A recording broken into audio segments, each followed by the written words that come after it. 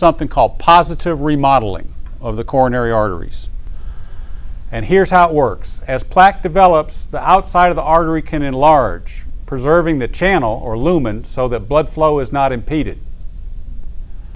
And here's my metaphor of the coronary tree. We all form plaques in our arteries, just as a tree has a ring in its trunk for every year of life. Just as a tree trunk enlarges in diameter, a coronary artery can positively remodel. And you might be thinking, well, what does that look like? And here's the answer. Here's my catheter. I think you folks have seen enough of these coronary arteries now that you can probably see that this artery on the front of this person's heart is enlarged right in here. So while this person has formed plaque inside the artery that might narrow it, and while that artery looks kind of shaggy, there's definitely plaque right here, for instance. This person also has positive remodeling. The artery has enlarged, which preserves the channel for blood to go through. Here's the other coronary artery over on the right side, and there's positive remodeling around here. So the second mechanism of self-healing by the heart is positive remodeling. And now, folks, it's time for me to complete my metaphor of the coronary tree. So to complete my metaphor of the coronary tree, in 2013, it's really too much to hope for that your coronary tree is always going to remain a young sapling. What is not too much to hope for is that with proper care, there can be a lot of positive remodeling and a lot of collateral channels such that your coronary tree can mature into something that is sturdy and will provide a very durable, long lifespan. So that's the metaphor of the coronary tree. Now, no talk about coronary disease would be complete without an example of coronary bypass surgery. And the tip-off here is these wires. These are the wires that the surgeons use to close the breastbone after he's operated. Here's my catheter. And this is a highly diseased right coronary artery right here. You've seen enough of these that this looks, there's a lot of narrowing all up and down that artery. With bypass surgery, a second view of that badly diseased right coronary. With bypass surgery, a very skilled surgeon has taken a vein from the person's leg and he's plugged it into the aorta up here and he's swung it down and sewn it into the bottom part of that right coronary. So it's just like a bypass on a highway. It's a new route for blood to go around blockage in the native coronary artery. This is an example of what's called a saphenous vein graft. So this was a vein taken from the person's leg that has now become an artery carrying blood flow to their heart muscle. These days, almost everybody that gets a bypass operation gets what's called a mammary graft. And I want to show you an example of that. The mammary artery is the artery that serves the chest wall. Mammary means breast. So this artery right here used to run down the back side of this person's ribs and would serve the pectoral muscle here in the chest wall and the breast. The surgeon has taken it off the back side of the ribs and plugged it into the artery on the front of the person's heart. That's the best graft this person is going to get. And the reason for that is that the mammary artery is already a high-pressure blood vessel. It's used to carrying high-pressure arterial blood. It's not a vein that's trying to become an artery. And as such, it has a longer lifespan. It's a more durable graft. And it correlates strongly with survival. So these days, a surgeon will almost always use the mammary artery if he needs to do a bypass operation. And with my metaphor of the coronary tree, maybe this is what the heart looks like after bypass surgery with these bypass grafts. The last example of the coronary tree. Okay, I'm going to turn now from self-healing and bypass surgery to examples of how to be your own best doctor. I like this quote from Emma Forrest: "Time heals all wounds, and if it doesn't, you name them something else and agree to let them stay." It's your best option. I opened up Amazon.com the other day to look at diet books, and I found quite a few examples. The South Beach Diet, Atkins' New Diet Revolution, the Garden of Life, the Zone, Your Last Diet, the Fat Flush Plan. I don't know why anybody would buy that one, but to each his own, right? The Perfect Fit Diet, the Starch Blocker Diet, the Carbohydrate Addicts Diet. Be careful about reading health books. You might die of a misprint. This is, there's a website that I basically totally agree with. It's called mypyramid.gov. And it's got, if you understand this is where you can go for technical information. If you want the technical information about what you ought to be eating, I think our government has really done a pretty good job talking about meats and beans, milk, fruits, vegetables, and I can't read my own writing over there, grains over here, with an emphasis on exercise. So there's a lot of good technical information that's easily available. But I also believe, I've thought about this, and of course, as a cardiologist, I talk to people about diet and exercise a lot in the office. And I have come around to the belief that with food, it is a relationship. We all have a relationship with our food, and it's a relationship that requires maintenance. It's also a relationship that's going to have ups and downs like any other relationship in our lives. The best dietary advice I ever got was from my first yoga teacher. There's a saying that you never forget your first yoga teacher, and this is what she said. She said, food closer to the way it comes out of the ground or off the tree. Less flesh, and allow flavor to be subtle. Don't be an addict for flavor. And I honestly never heard it said any better than that. So mypyramid.gov and healing our relationship with food is how people make progress from my standpoint. I want to talk about alternative medicines and supplements for a few minutes. And this was published in the New England Journal of Medicine, and this is my belief as well. There really aren't two kinds of medicine, conventional and alternative.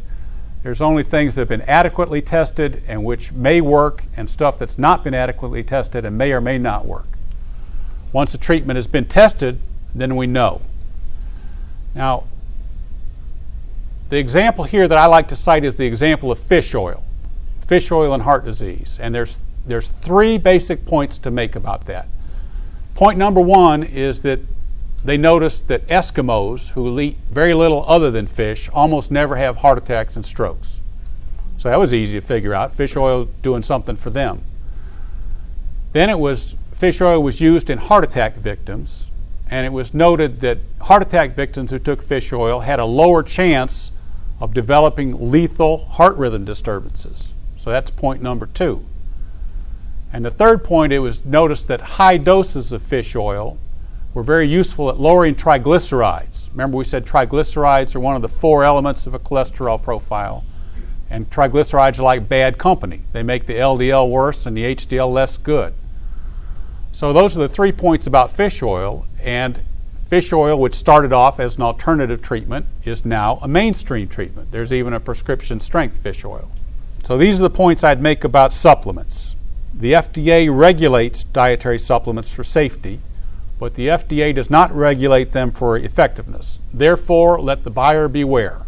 For any given supplement, I urge people to focus on what's called current good manufacturing processes. Be careful about the alphabet soup of certifying standards. And the third point I'd make about it is that when you see a smiling spokesperson on TV look into the camera and say, such and such has been clinically proven, then what that means is actually there is no proof and I'm being paid to say this. So be a skeptic about that. So let's talk about the 5 best medicines for the heart. Number 1 is aspirin. Anybody that's had a heart attack or a stroke or angina has a reason to be on 81 milligrams of aspirin a day. If the question in America is aspirin, the answer is 81 milligrams. That's because it's a mild blood thinner. If you have a plaque that ruptures, you're less likely to completely clot off the artery if you've got aspirin in your bloodstream. Number 2 is beta blockers. I urge everybody to know their medications by their generic names, and the beta blockers end in OL. So things like metoprolol, atenolol, carvedilol, bisoprolol, anything that ends in OL is a beta blocker. Beta blockers work in the body by blocking epinephrine.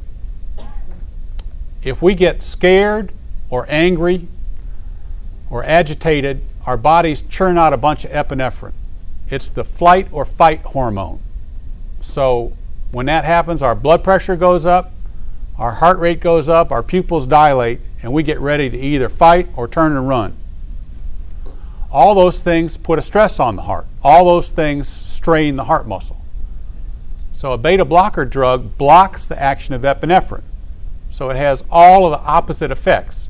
It slows down the heart rate, lowers the blood pressure, makes the heart less likely to have irregular heart rhythms.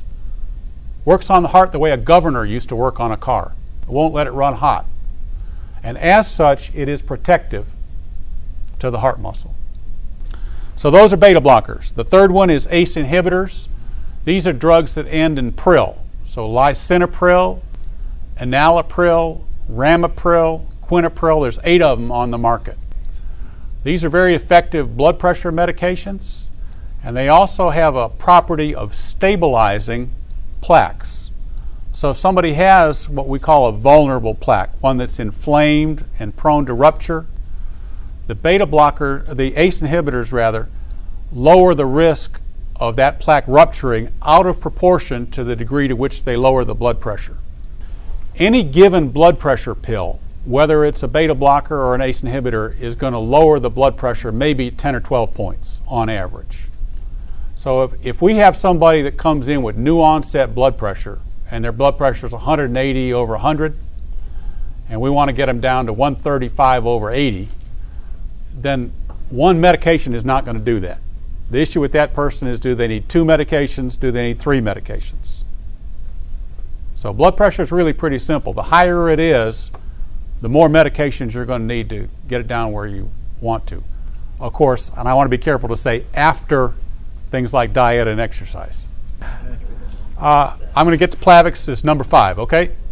Statin medications. All these lovastatin, atorvastatin, rosuvastatin. There's 8 of them on the market. All of them, the primary effect of them is to lower LDL cholesterol. Remember we said LDL cholesterol is the major building block of arterial plaque. And since the process of hardening of the arteries does not stop when you learn you have it, it's ongoing, anybody that's got hardening of the arteries wants to get their LDL down as low as possible. So after diet and exercise, statin medications are the most frequently prescribed drugs to. And the statins reduce inflammation, so that will help the soft plaque become hard plaque? Absolutely right. And once it has the hard plaque of the cap, what's the percent chance of that cardiac erupting? Low. Yeah. I can't give you a number on that. I wish I could give you a number, but and I think you bring up a good point, because the issue, if a person does get improvement in their diet and exercise regimen and they get their cholesterol down, then the intent of all that is to turn those soft, inflamed plaques that are vulnerable to rupture and blood clot formation into hard, healed plaques. They're not going to go away entirely, but they're going to sit there for the remainder of your lifespan and never do anything to you. Does that make sense? You made my point for me. I appreciate it. All right. Now, the question was Plavix. And the generic name for that is clopidogrel. It's got 2 competitors now. Prasugrel is brand name Effient. Ticagrelor is brand name Brilinta. These are more powerful blood thinners. So this is like a souped up aspirin. So this is a more powerful way of thinning the blood. They all have the same side effect, bleeding. For somebody that's had a heart attack or a stroke, they can be very useful medications. How long to take it and whether or not to take it with aspirin is an individualized decision that has to be made by the patient and their doctor on an individual basis. So I'll bet there are some questions about Plavix. Right. Is there a proper way or time of day to take your medicine?